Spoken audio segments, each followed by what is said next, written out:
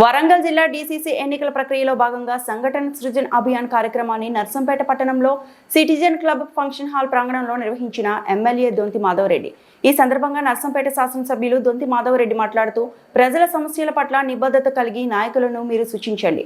DCC అధ్యక్షుల ఎంపిక విధానంలో మీ పాత్ర కీలకంగా ఉంటుందని నర్సంపేట నియోజకవర్గంలో 6 మండలాలు మరియు పట్టణ నాయకులను కార్యకర్తలను ఉద్దేశించి ఆయన అన్నారు. అదేవిధంగా మన ప్రభుత్వం ఏర్పడి 2 సంవత్సరాల్లో ఆర్థిక భారం ఉన్నా కానీ ప్రజలకు ఇచ్చిన ప్రతి హామీలను నెరవేరుస్తున్నాం. అయినా ప్రచారంలో వెనుకబడి ఉన్నాం. ఇకనైనా పార్టీ నాయకులు కార్యకర్తలు ప్రజలకు ప్రజా ప్రభుత్వం అందిస్తున్న ప్రతి పథకాన్ని వివరించాలన్నారు. समझ पाया डॉक्टर अनिल और माधव जी के बातों से, उसमें से मुझे एक चीज नजर आया कि कांग्रेस कार्यकर्ता का जो ताकत है वो क्या है, आप लोग सब जानते हैं, आप लोग सब देख चुके हैं. जिस वजह से मैं आया हूं, उन्होंने एक उदाहरण दिया कि माधव जी को कांग्रेस पार्टी ने टिकट नहीं दिया.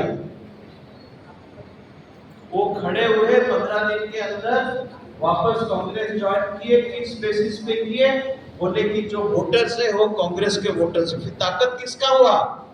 कार्यकर्ता का हुआ. मुझे खुशी है कि कार्यकर्ता यहाँ पे जिस पार्टी के लिए संघर्ष करते हैं, कष्ट करते हैं, किसी को जिता के लाते हैं, वो सब आप लोगों के सामने मुझे बोलने का मौका दिया. इसलिए धन्यवाद आप सब लोगों को.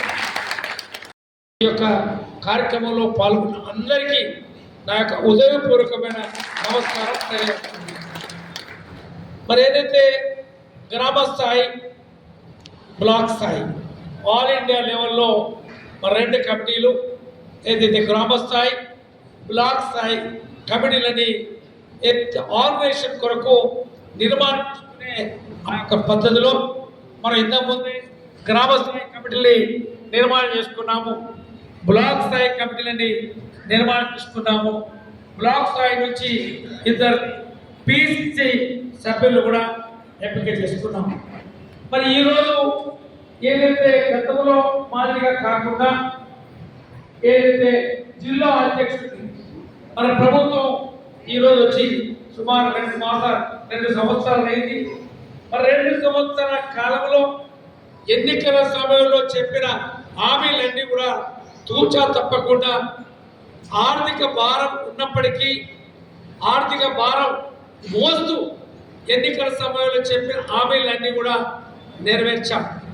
మరి నెరవేర్చినప్పటికీ 2 సంవత్సరాల కాలంలో మనం ఖర్చు పెట్టిన అయితే డబ్బు కానీ, మనం ఇచ్చిన స్కీమ్స్ కానీ మన ప్రజల్లో అందజేసినప్పటికీ, అర్హులైన వారికి ఇచ్చినప్పటికీ తగిన ప్రచారం కానీ, తగిన మనకు మద్దతు కానీ అందలేదు. కాబట్టి ఈరోజు పటిష్టంగా పనిచేయాలి.